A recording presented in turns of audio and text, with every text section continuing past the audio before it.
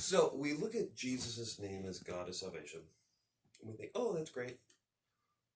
But when you look at Jesus' name, salvation is wholeness, and the first part of it is Yah.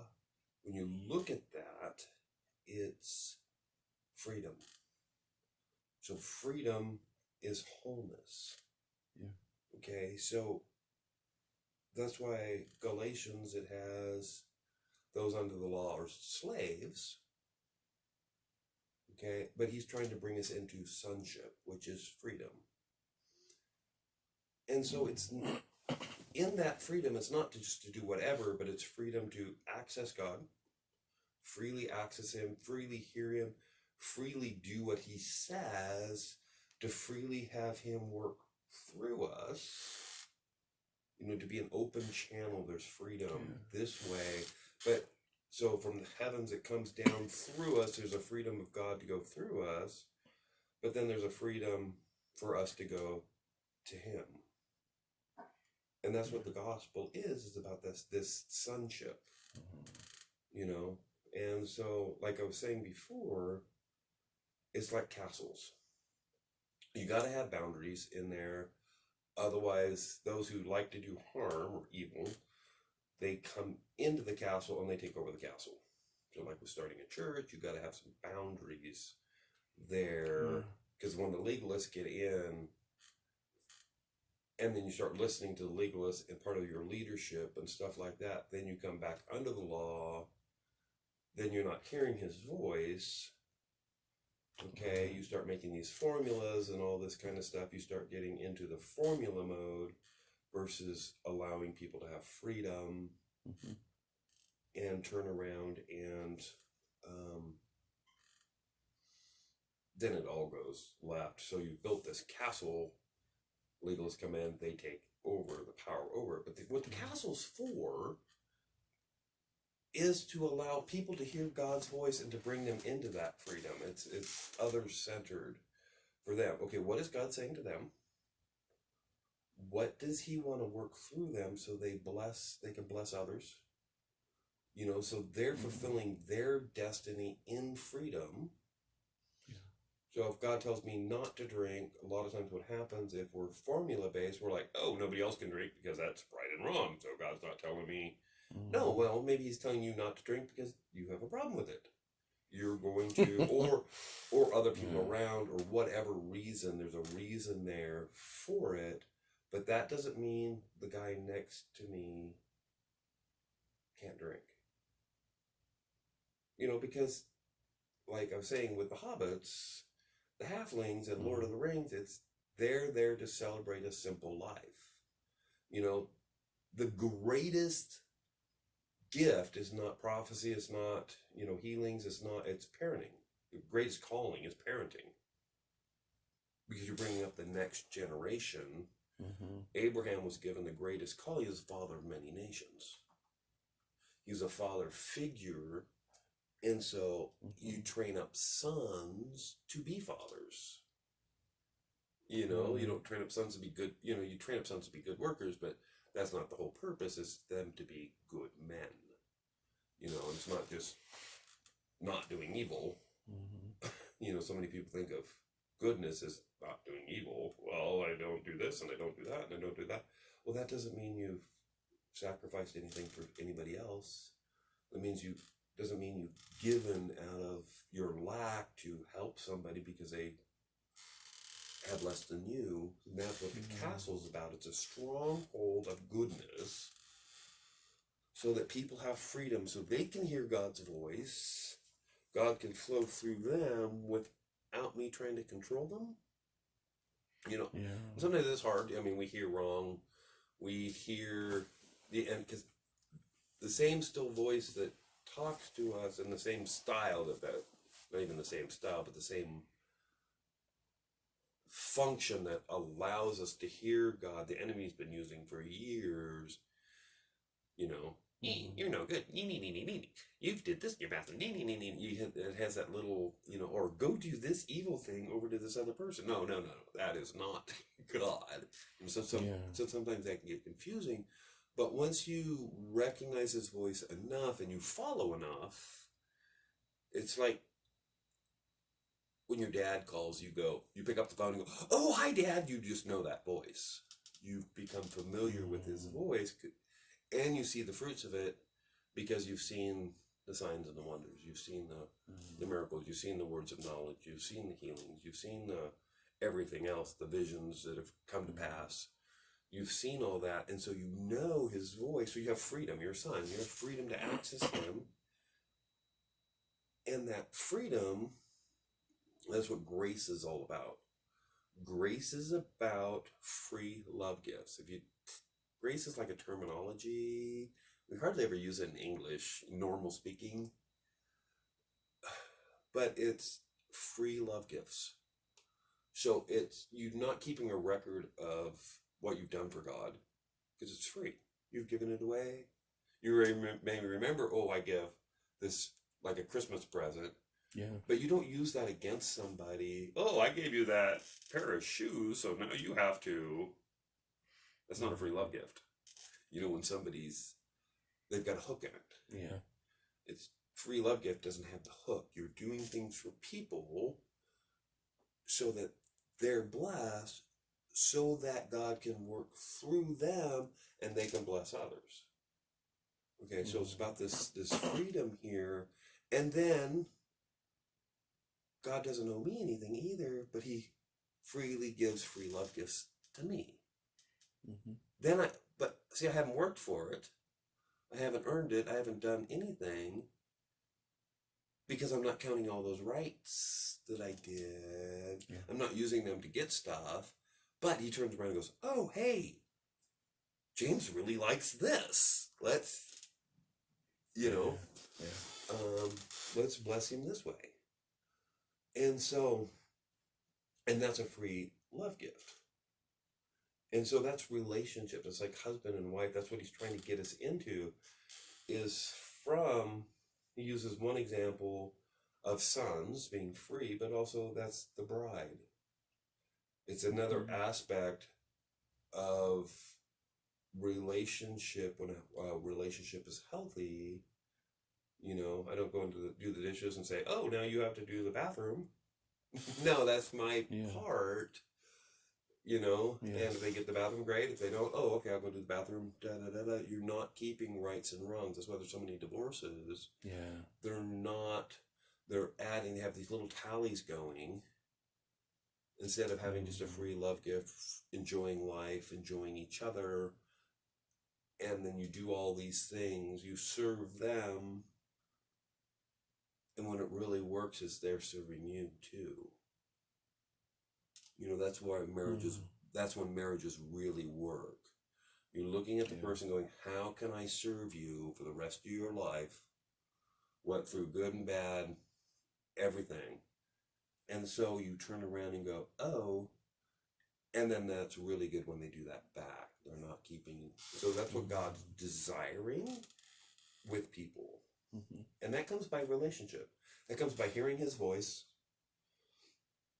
in this aspect, because a lot of people may hear his voice, but then they go, oh, I got all this power because they're amazing prophets or something like that. Then they try to rule over everybody. Oh, I'm God's great leader. But Jesus says, don't lord it over people. We're to rule, yes, but it's not from the standpoint of above them. It's to come under them, and it's kind of like the sun. The sun just blesses everything, And if you do something wrong, it doesn't go, oh, sun ray of death. Or you have to do this or you have to do that. No, it just continually blesses. So back in Genesis, God created the sun to rule the day. So a lot of times we take that S-U-N and, and equate it over with S-O-N, the sun. And that's how he rules. To bless from underneath.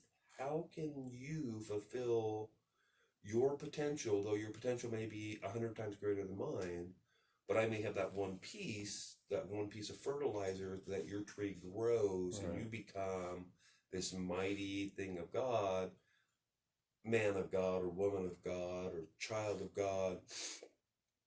and then you bear fruit with God. And once that relationship with God is established and is secure, I don't need to tend the tree anymore. I don't need help. I can just, I can go over and tend these trees. Right. You know, and sometimes the lowest person is the one God uses. We keep trying to all these talented people. It's not always, you know, in churches you see all these people that are super talented and they're professionals and you know, leading. But God used a murderer. I mean, he used King David was a murderer. Moses was a murderer. Yeah. Apostle Paul was a murderer. I've said that. Yeah. And if I told you what I've done, right, you probably wouldn't want to talk to me. Right, now. exactly. I've said that many times. Yeah. I understand. But then you see what happens with these people is they actually come to realize the depravity of sin. You know, 'cause sin is bad. Yeah. Okay. That they come to this place of humility where God can work through me. He can work through anybody. So they come into this place of grace. They, like Amazing Grace. I mean, the guy that wrote that was a slaver. Yeah. And did some really horrible things. So Amazing Grace. So when you find Amazing Grace, amazing free love gift, you're so appreciative. Yeah. And you go, oh, and then you're looking at the next person, and everybody thinks they're a wretch, and you're like, compared to me, to what I was when God started, you're like, that's nothing, you know? And so you're like, wow, God could use them. Mm-hmm. You always look, God can use anybody. Yeah. But they turn around and he uses those people mightily when they turn around and they're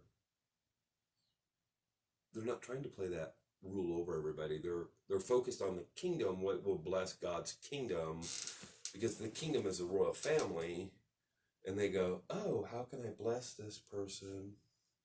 Come underneath them. Yeah. You know, and what is God saying to them? How can I help them with what God's saying? And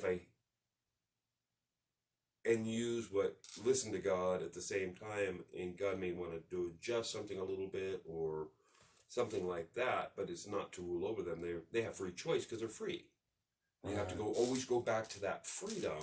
Yeah. Yah is salvation. Freedom is wholeness. Like Braveheart, you know, when the Israelites are going to war, you know, into battle, they're yelling, Yah! Sort of like Braveheart going, freedom! Ah! You know, they're running into that. And that's what it's about. He's trying to make us sons and brides and kings and servants all at the same time, so we're whole. So this freedom creates this wholeness in our spiritual being that we can turn around and use all the parts of our being, and God's fully flowing through us. And so that makes us whole, not pieces, not little parts, not little. We're not just reading the word, we're experiencing the word, we're living the word. The word Jesus is flowing through us. You know, so we're like these empty containers, these conduits, and when the river of life is flowing through us out of our innermost bellies, we're whole because we're filled, God's flowing through us. And when God's flowing through us, then we're nurtured, because that living water is nurturing the vessel too, and everything in the vessel. So the vessel gets watered too. So when we minister to people, love on them, listen to what God's saying, actually be concerned with them, God starts operating through us, we get watered. Given it shall be given. Right. So as God flows through us, then our thirst is quenched. Then we don't need to treat other people. We don't have to power up on other people. We don't have to do all these kind of things to gain power because we're starving. We need that power for self-esteem, we think. We don't need to do that because we're already whole. Right. So if somebody, turns around and becomes this great, mighty apostle or prophet or evangelist and starts this big church. We're like, dude, yes, right on. God is working. We're not going, it was supposed to be me. So we're happy. We're joyful. We can celebrate other people's victories because it's the whole kingdom. The kingdom is the royal family, so the royal family is getting blessed. The family of the earth, people are getting blessed, and we're like, yes, God chose somebody to work mightily through. I don't care who it is. Yeah. Long as God is working through somebody, and you're looking for those people who will go, oh, wait a minute, it's not about the power. It's about the family. It's about this relationship with God. They like God. They enjoy God. Yeah. So since they enjoy God, they turn around and that's their prime focus. Their prime focus is they actually really don't care what they ever do. Yeah. They'd hope that, people would get blessed and things like that, but if that blessing is a hug, or if that blessing is taking them some food, or whatever God directs, they get blessed. They don't have to do a word of knowledge every time. They don't have to do a prophecy every time. They don't have to do a healing every time. Whatever God wants to bless them with, they got blessed. Woohoo, the kingdom got blessed. Or somebody who's not part of the kingdom got blessed anyway. Maybe someday they will become part of the kingdom. Right. Wow. So it's a whole different mindset. Yeah. Looking at the world as a whole and going, how can the world be blessed? God so loved the world. There's two types of world. There's a world just in general, all the population, but then there's the world system. God doesn't like the world system, that evil carnal system where we power up against each other. And it's all based in laws. Yeah. If you look down through history, it's all these laws all the way through. Evil people did all these laws to control others, to gain power, so they thought they were in control for 5 years, 10 years. Sometimes they rule for 30, 40, 50 years, but they missed it. Because we're not just alive for 10, 20, 15 years, 50 years. We're eternal beings, and so we're going to be wherever we've developed to, that's where our position in when everything restarts in the new earth, New Jerusalem, in heaven, that's where our position is there, and so like Abraham, he says, he'd be a father of many nations. Yes, many nations came out of him, but in the new earth, he's actually going to be a father to many nations. He's going to be a father to all the nations. He's going to be a father figure dealing with all the nations, the kings of the nations outside, and all these people, treating them like children, but fathering them so that they grow and come to understand.